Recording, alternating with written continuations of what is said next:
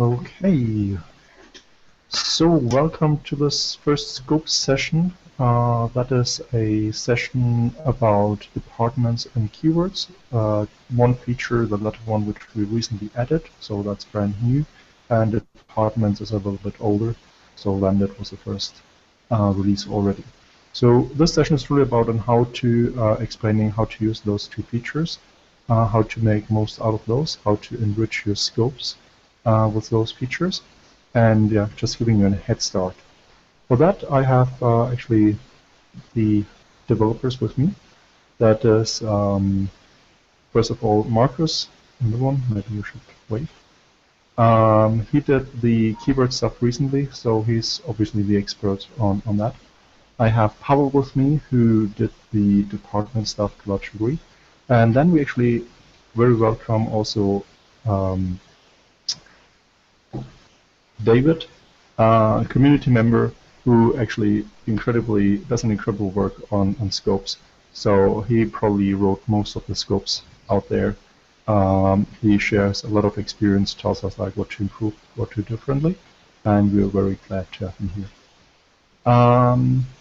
If you have any questions, I will watch the IRC channel. This is supposed to be an interactive session. So while Marcus and David go forward and explain what we do, feel free to shoot any question on IRC. As always, use uppercase question so that we can find that quickly, and I will then basically forward that. So with that, David, the floor is yours. Okay, hi everyone. So we are going to start with learning how to set up departments for your scope. So to do that, we are going to use one of the default scopes templates of the SDK and just add a few departments to get the hang of it. Maybe we should add a couple of words, like, if people are less familiar with the concept of departments, what it is overall. You are right, Thomas. So departments are a special kind of filters for your scope. Thomas, I'm speaking under your control here, so if you have any comments. Okay. So just speak. I mean, if that comes from a community member, even better. That means it's well understood. Just true. So yeah, departments are a special kind of filters for your scope. Just think of it as departments in a store where you will find a specific set of items.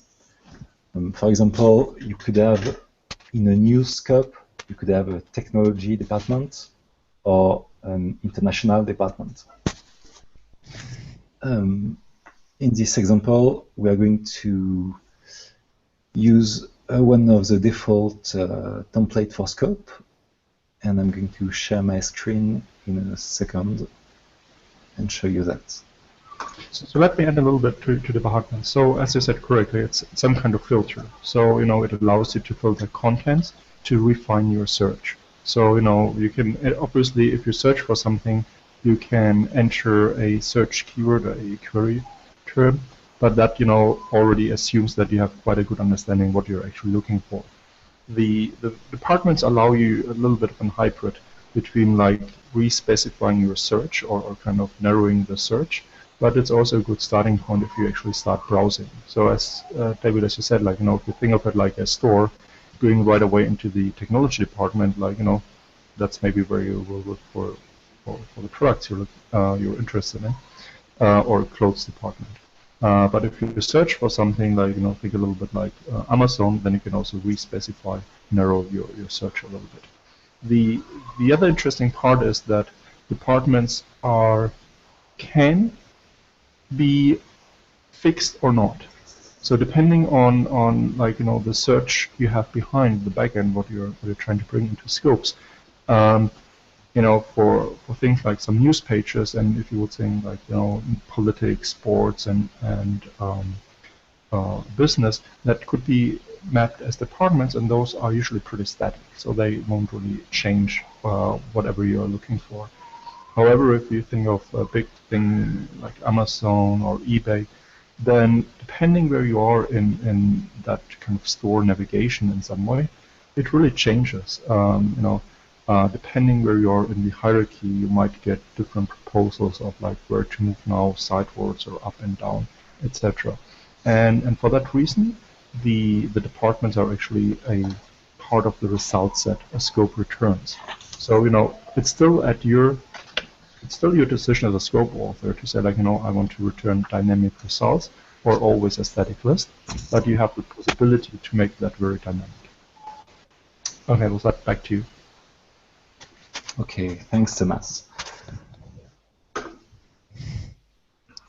So, okay, I'm going to try to share my screen. Apparently, I can't share just the SDK window, so I'm going to share my entire screen. Okay, should be working. So what we're going to do is to create a new project. We are going to choose the Unity scope template. We are just going to keep the default name.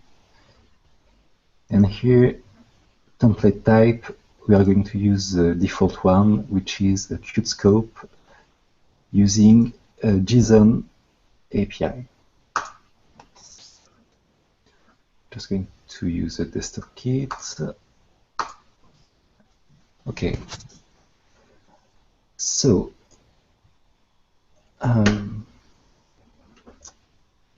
wait, someone is asking for a URL, and I'm sorry about that. Okay.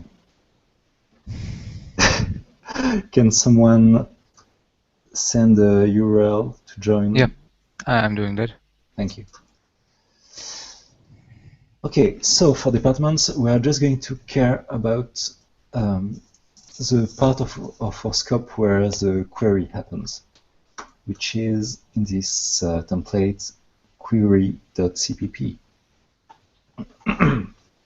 So this is where the query is handled and passed to the scope API. So to add departments, we are just going to add include Unity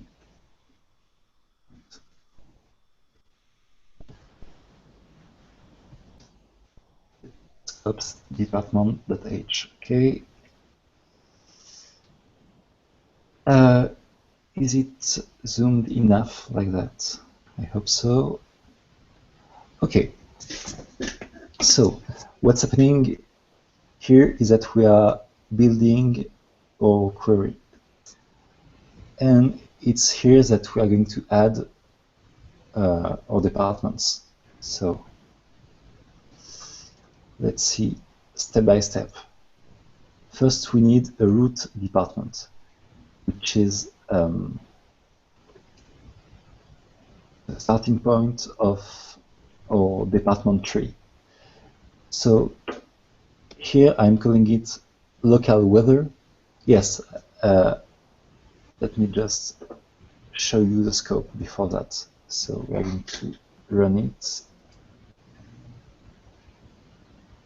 This is the default scope when you choose this template. It's a weather scope that I believe queries open weather map. It's finishing building. And it should. Oh, wait. I was building the test suite. Let's try again. Yes. So this is our default scope with the departments. So let's add them. So by default, it's local weather. It's what display here. So this is our department root. We are going to create 2 more departments. Which one The first one will be called Paris and the other Berlin. The idea is when you select a department, weather for this location is displayed. This is a bit misusing the concept of departments, but it demonstrates how you can build them quite easily. So as you can see, the department create function takes 3 arguments.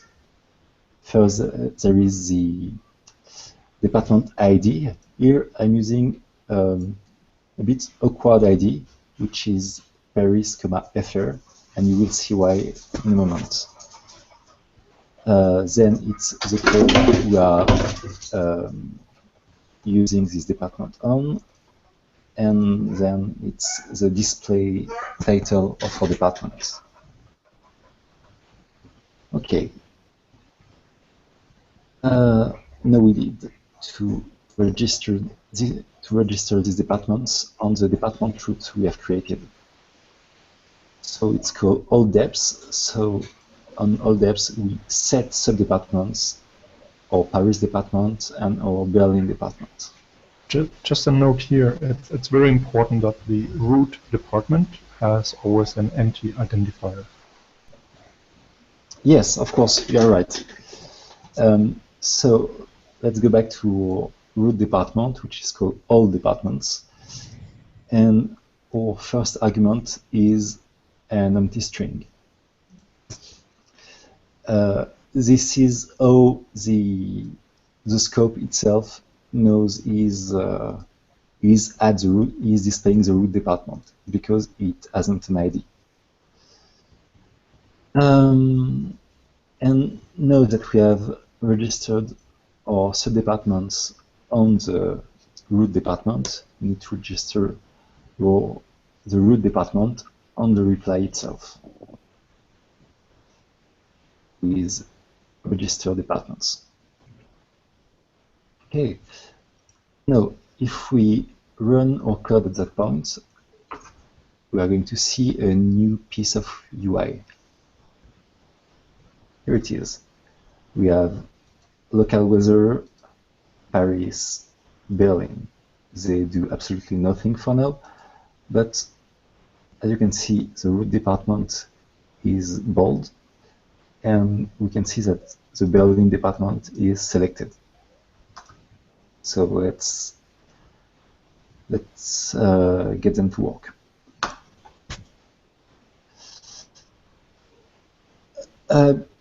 If we go a bit further in our code, we have the part where the user query is actually happening. So here, when the query string is empty, the scope query is London, UK. Otherwise, the user query is used. We are going to add something else. Let's change that. So now, when the department ID is not empty, which means when we have one of our Paris or Berlin department selected, it will use the department ID, which is why I've used Paris FR Berlin DE. So this will be queries we are actually running against OpenWeatherMap to get results. So let's try again.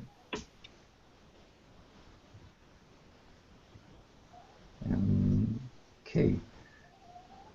So if I select Paris, the weather is updating accordingly. If I try Berlin, it takes some time. I guess it's my network. Let's try Paris again. Let's try Berlin again. Yes, it works. So you can see that with like 7 or 8 lines of code, we have added basic departments to our scope. But of course, departments can be a lot more complicated. I mean, you could create an actual tree of departments with, I could register a subdepartment named Europe, and under that Paris, Berlin, and all the capitals. And it would be fairly easy. You would just have to register, example, let's create considers.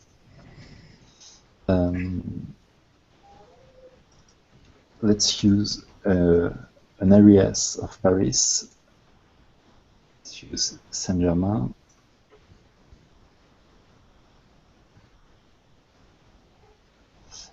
In an ideal world, this would give us the weather for this Paris area, but it won't work, of course, just to demonstrate how it works. So, for example, I create this new department, and I can register it to our Paris department.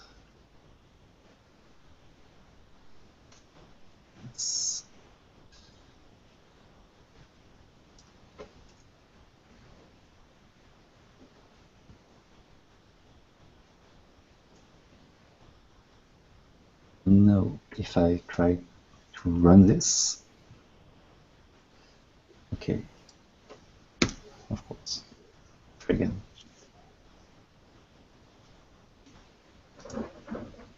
You can see that I can navigate beyond Paris, and I have my Saint-Germain department. Oh, it's actually returning results. I guess it's just for Paris. Yes, just for Paris. But you can see it's the beginning of a department tree that can become quite elaborated if you put some time in it. Also, most of the time you won't register all these departments by hand like I'm doing now. You will probably use some sort of API, online API to query a list of departments and build them automatically. There is an iFixit. iFixit, you probably know this website. Is where it's a website where they dismantle laptops and phones and whatnot. And let me find this branch.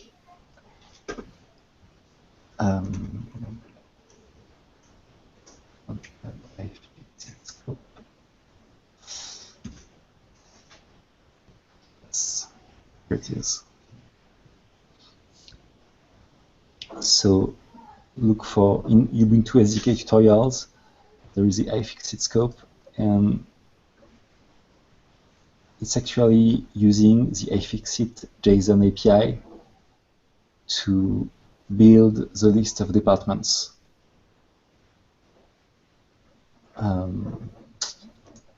Not sure where the actual code is.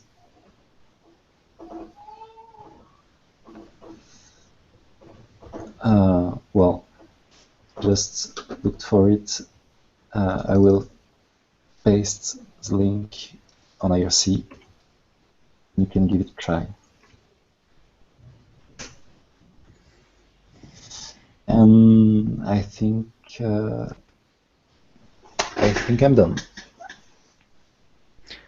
So let me just add to that and emphasize what Thomas said in the beginning. So in some cases, the scope might know all the departments in advance and might hard code them, like David just shown, or it might fetch all departments from using remote API and just populate it based on what it got. But also, it's perfectly fine if the list of departments or the hierarchy of departments is fully dynamic, and it's not possible to even fetch all the departments in one go. So like you are browsing Amazon, for example, and you go deeper and deeper and deeper. So for every such activity of the user who is browsing the department, you would just query the API of Amazon or whatever store you are using, and you get another level of the hierarchy, and you just push it to the shell, and it just built on the fly the hierarchy the shell understands. Yeah. And one other remark is that especially if you are starting with departments, it's highly recommended you try catch the entire run method in case there are any exceptions thrown by the Scopes API. There are a couple of validation steps done as you register departments with Scopes API, and you might encounter some issues you do not understand, but the exception messages should hopefully clear any confusion out. So it's very helpful to catch for exceptions when you are implementing scopes. Do you guys mind if I just make a quick comment about departments? I've written a couple of scopes using departments. Let's go. Okay. Yeah. So the thing about departments that's a little bit confusing, I think it was for me at least at the beginning, is that it's a question of creating them and then returning the results that are appropriate for the department. So as David said, but I'm just going to say it again, when your query class, when your query run method is executed, okay, when that method is executed, the first thing you do every single time is you define and register your department structure. So when the run method goes, you create your departments, right? And as we said, there's the top level department that has, by definition, an ID of an empty string. And then you go in and you create all of your subdepartments, and those are created with actual department IDs that are non-empty. Okay, so the first thing you do is you set up your department structure. If you want to be more complicated, you can even make subdepartments on subdepartments, but that's a little more complicated. So the query runs, the department structure is set up. Okay, then the next thing that has to happen is that your code has to check and do the right thing. So what does that mean? If the scope has just been launched for the first time, then the current department will have the blank department ID, so it'll be the root department. So you have code that checks what the current department ID is, and you check that on the incoming query object. You look at the query object that comes in, is passed to your query run method, and you look at the current department ID. If it's empty, then you know it's surfacing mode. In other words, the user hasn't yet selected any departments. Okay, so you check the department ID, and then you return the right results. So if it's empty, you return the results that you want to display when the user has just opened the scope for the first time. Now, let's say the user opened the scope and then they selected a department. Not the root department, but some other root department. Some other department. So again, the query object runs, it creates the department structure, and then next thing you look at the department ID. Now the department ID is not blank. Now the department ID actually has a value. So you do, an if else or case or whatever you want, and you look at the department ID, and that's where you run your method that returns the results that are correct for that department. So every time a run method executes, you first create your department structure, then you look at the incoming query object department ID, and then you return the right set of results for that department. So that's just a little bit that I found a little bit confusing initially, but I think that's the way it works. Thanks. I think it was useful summary, useful feedback. I mean, it's what helps a little bit is really understanding that it's a part of the result. And as you push any results, what you do is basically push the departments that are part of the result for the next query. So the confusing thing is that what you get passed in, might be a different one than what you display. Yeah. Good. Next part, what we have prepared is keywords. So quick intro from my side, or do you want to make that, Marcus? Yeah, I can introduce. Yeah. Perfect. Even better. The floor is yours. Okay. All right, keywords. So a bit of history as to where we came from. You know, while we've been evolving scopes and developing them and using them, we've really come to appreciate that one of the most powerful features of scopes is aggregation. Some of the coolest scopes we have are aggregators. You know, the Today scope aggregating events of the now and nearby, aggregating things nearby you, and of course music and video aggregating music and video scopes. Up until now, aggregators needed to know their child scopes quite intimately. They would have to know them by ID in order to aggregate them. So if a new scope would come along, say for music, the music aggregator would need to be rebuilt to include this scope. So what we needed was some way to give aggregators a method of finding scopes more dynamically, more generically, by the content that a scope provides, rather than having to know every scope that they aggregate by name. We also then obviously needed to give scopes a means of describing their content so that they can be identifiable and discoverable to aggregators.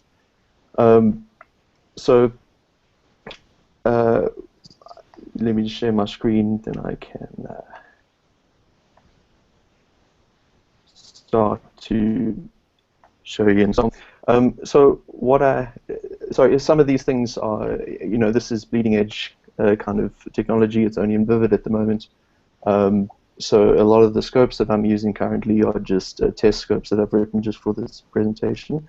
So an example, we have a new scope, but this new scope here aggregates the keyword news.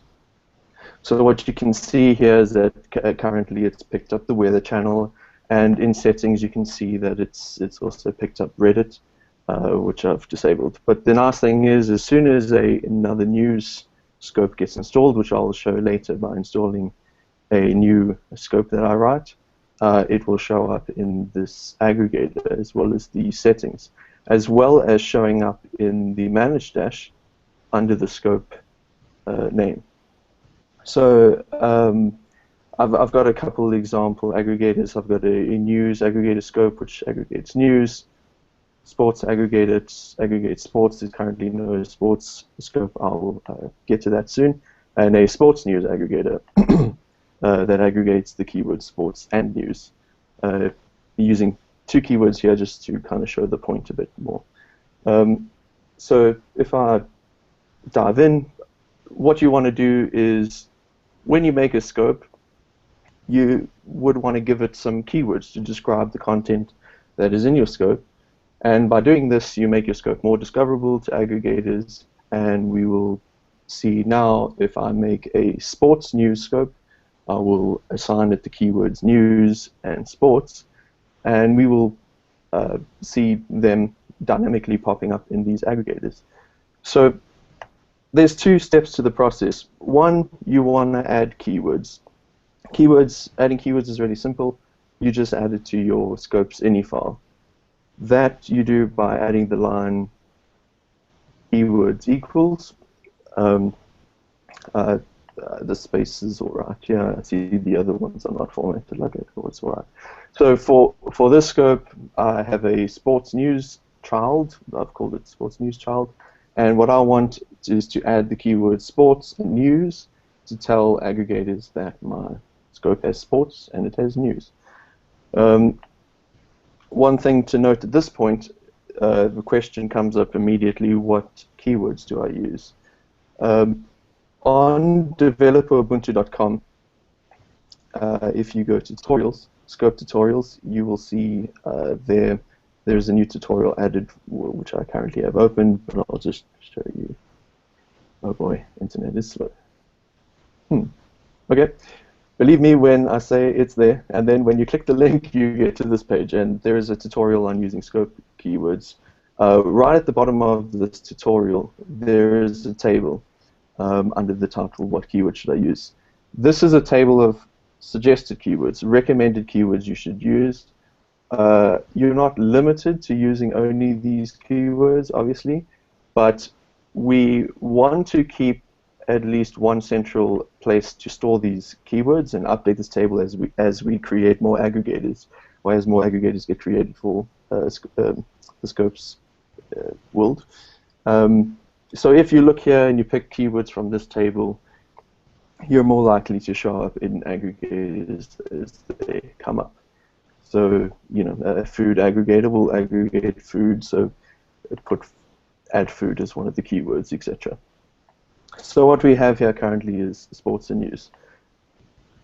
The next thing you need to do is return results according to the keywords that have been requested of you. This we do from our query run, as we saw earlier, where David was doing all this work for departments. What you have in your search metadata, let me just jump back a step. What you get in your scope base search call is this metadata, search metadata. The boilerplate code actually already passes it through to your query object. So what you will see is in your query constructor, the metadata is being passed through here. What you want to do is just store the metadata into a member variable so that you can use it later, because in your search metadata comes information about the keywords that we use to aggregate you. So if we look now at the query run, we can see I'm using my metadata that I stored earlier, and there's two methods that are important here. Is aggregated will tell you if you are currently being aggregated. This is useful not even if you don't use keywords. This is useful because it's expected of you from an aggregator. Okay, let me put it this way. When you're aggregated, an aggregator is only obliged to accept the first category that you register. You'll see this in the music and video aggregators where YouTube will only have the featured videos showing up on video, or SoundCloud will only have, you know, latest releases shown in the aggregator. An aggregator may accept more than one category from your scope, but it's only obliged to accept the first. So it's recommended that you follow this style of registering one category, something like featured or new or, you know, top results, something like that, and return your results in that category if you're aggregated. So this is very useful. Is aggregated tells you that you're being aggregated, and the next useful method is aggregated keywords. This will give you a set of keywords that were used to aggregate you. Here, well, I basically have an if-else statement to check for if I'm being aggregated with the sports keyword. Then register my category. As I said, register your one category. Give it a title that is self-describing, something that looks good in the aggregator. Obviously, if you want to be malicious and call this thing something, you're going to get your scope deleted, so don't do that. So give it a nice name. Obviously, the icon comes along with that. And just to hide some of the implementation detail, this then calls a method to do my sports search. The same goes for news. If I'm being aggregated for my news, I will return a nice labeled title and do my news search. Otherwise, if I'm not being aggregated, I will do my normal search, returning a bunch of categories and basically what would happen on a normal search on the scope. So yeah, I've packed this into a Click package, which I will just quickly install so that we can see what happens. So now what happens is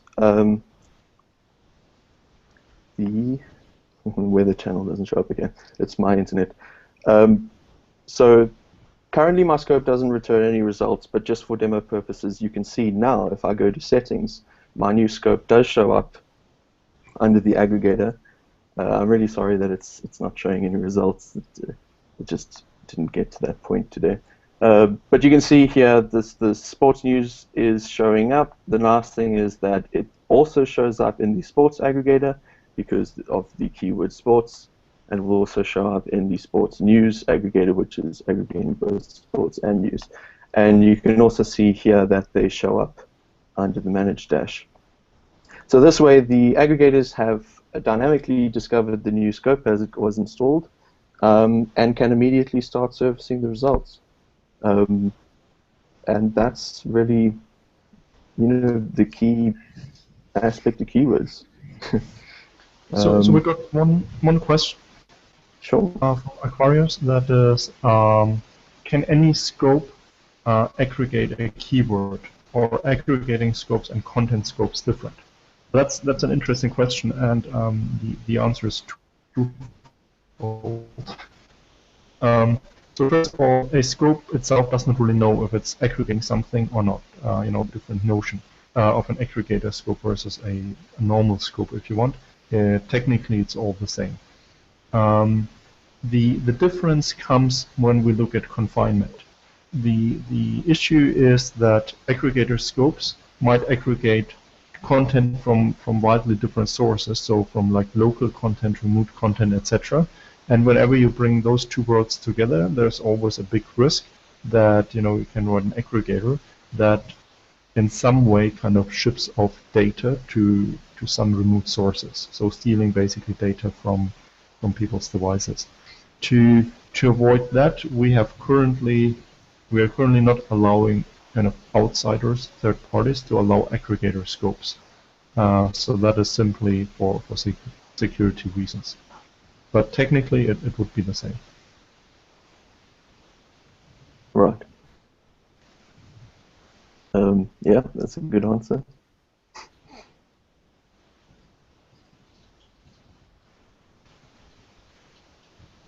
Any other questions? I would just observe that what Marcus said, a couple of key points, just to probably emphasize them again.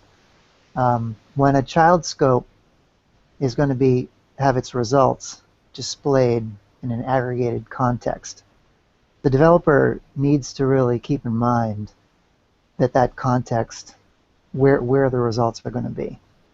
Right? So that means that the results won't be displayed in the child context. So the user might not know what they are unless you give it a good name, that kind of thing. So when you register the category, that first category, as Marcus said, you want to give it a name that's going to enable.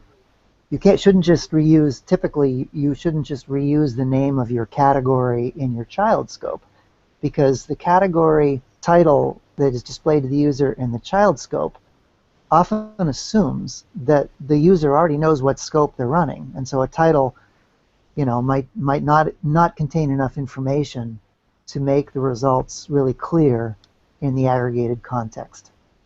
So that was really the point I wanted to emphasize, and also I wanted to just mention again that he made the point about how the aggregator scope is going to receive one category from the child scope, is only obligated really to use the first category that comes in from the child scope.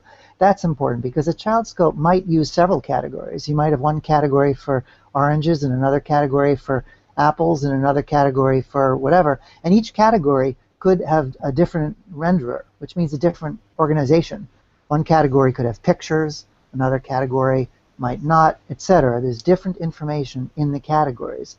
So if you just took all of your categories and sent them up to the aggregating scope, the aggregating scope might make a mess of it. It will just use the first category.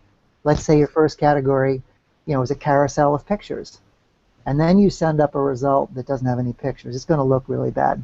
So you have to be really aware of the fact that, like what Marcus said, that the aggregating scope is going to use that first category renderer that comes in. It's going to use that for all of the results. So as a developer of a child scope, when you're going to be in the context of is aggregated, you want all of your results to be in that category and to make sense with that category and that category renderer.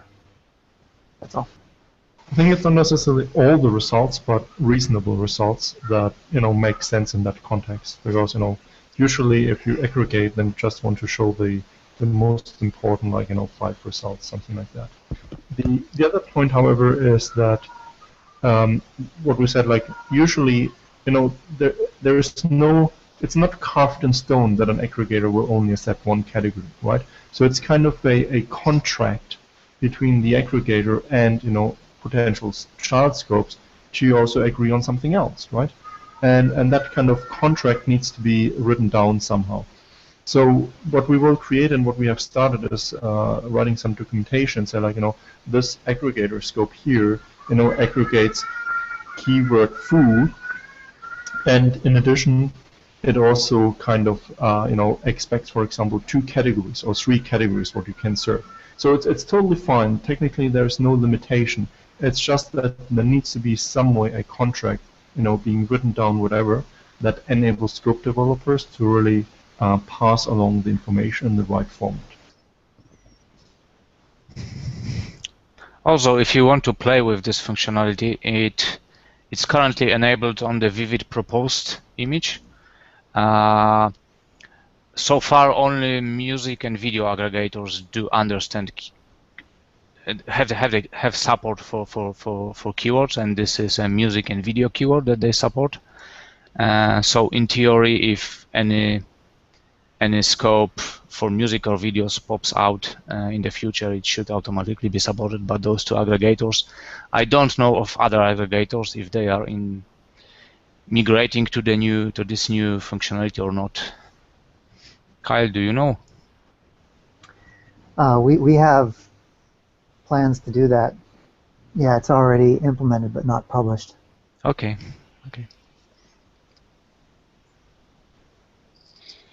Yeah, and as we publish them, as Thomas said, we will need to add a document somewhere that explains what the contract is of each aggregator.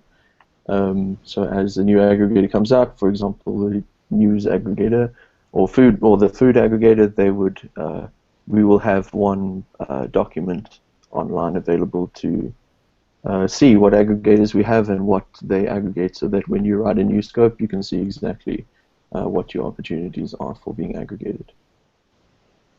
Yeah, it's perhaps worthwhile just to note that there's a little risk here, which is, not a risk, but if a news aggregator, let's say it aggregates all child scopes that declare keyword news, and so somebody writes a scope and puts it in the scope store, and that child scope says, hey, I'm a news scope, right? So automatically it will be available and displayed in the news aggregator. Well, if that brand new child scope that maybe it didn't follow the written contract, right? Maybe the developer didn't know about it or whatever. So now that child scope comes in, and its results might not look so great because maybe it didn't follow the convention that was agreed upon for the aggregator. Well, so the user might then go along and just disable that in the settings, because as Marcus pointed out, when a child scope gets aggregated, it automatically and dynamically gets picked up the settings, so they disable it.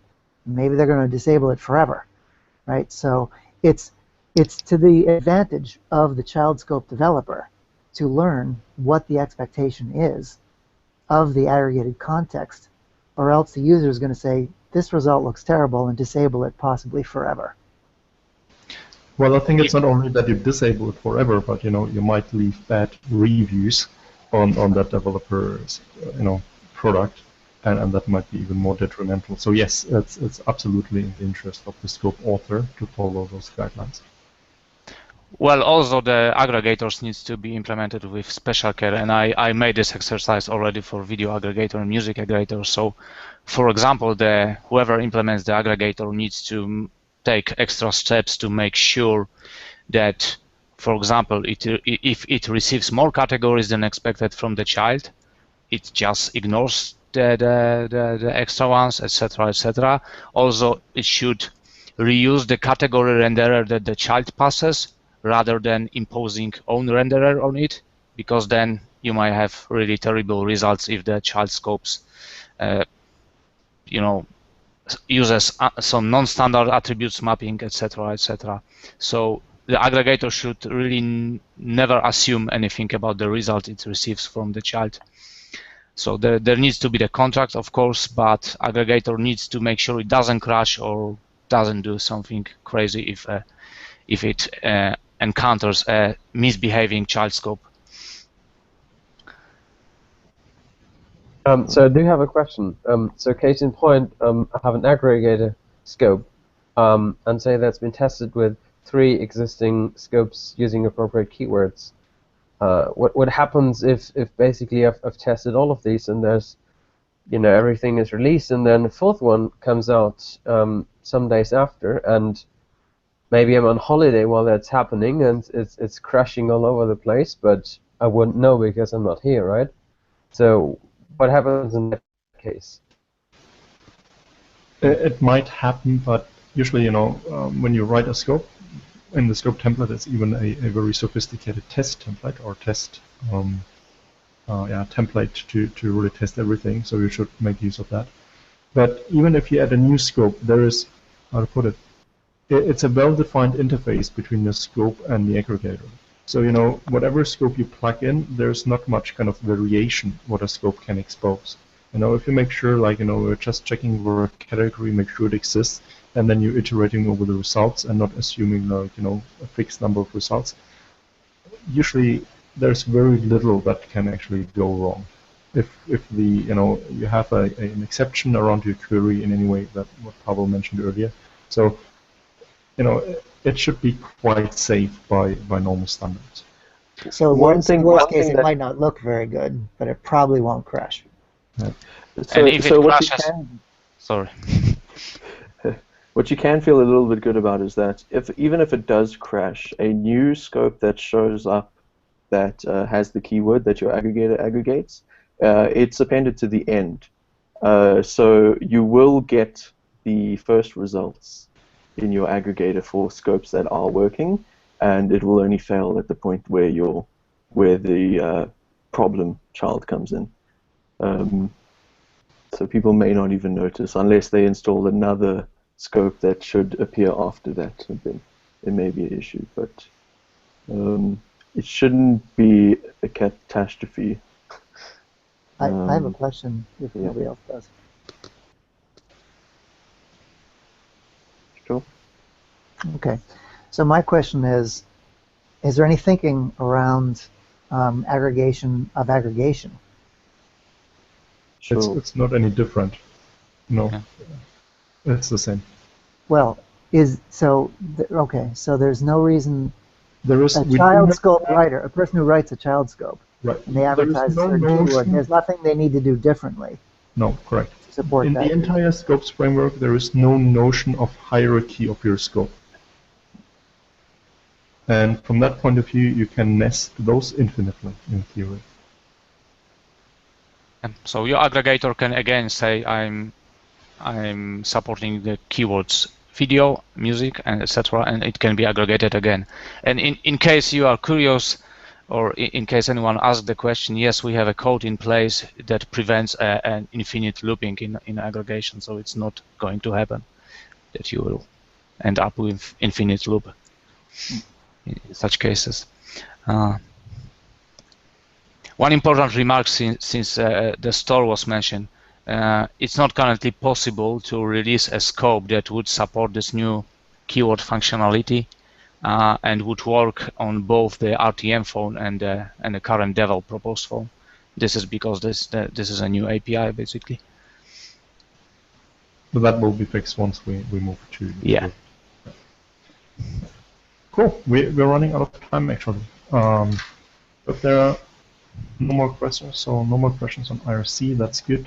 If we have more questions here, short one, quick one. So, thanks a lot, David, for your presentation. That's highly appreciated. Thanks also, Marcus, and all the rest here.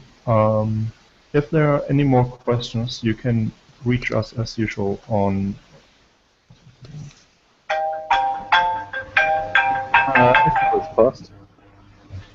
If you have any further questions, you can reach us on Ubuntu Touch on Freenode IRC or the usual channels. If you find any bugs, file a bug as usual, and we'll try to address the issues you have as quickly as possible. With that, thank you for watching us. See you next time.